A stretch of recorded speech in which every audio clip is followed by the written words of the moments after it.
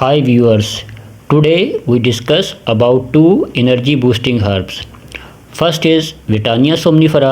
This is also called Ashwagandha.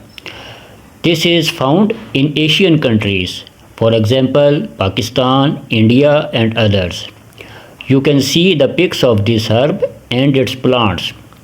You can take the powder of this herb after mixing in warm milk. Second herb is Korean red ginseng.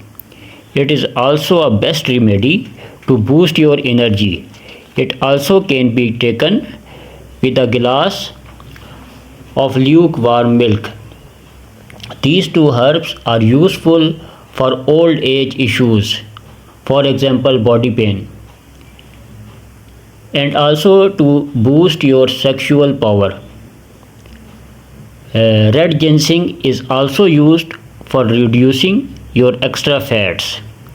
Quantity and dose of both herbs depends upon your herbal physician, but usually 50 mg to 100 mg is a safe dose.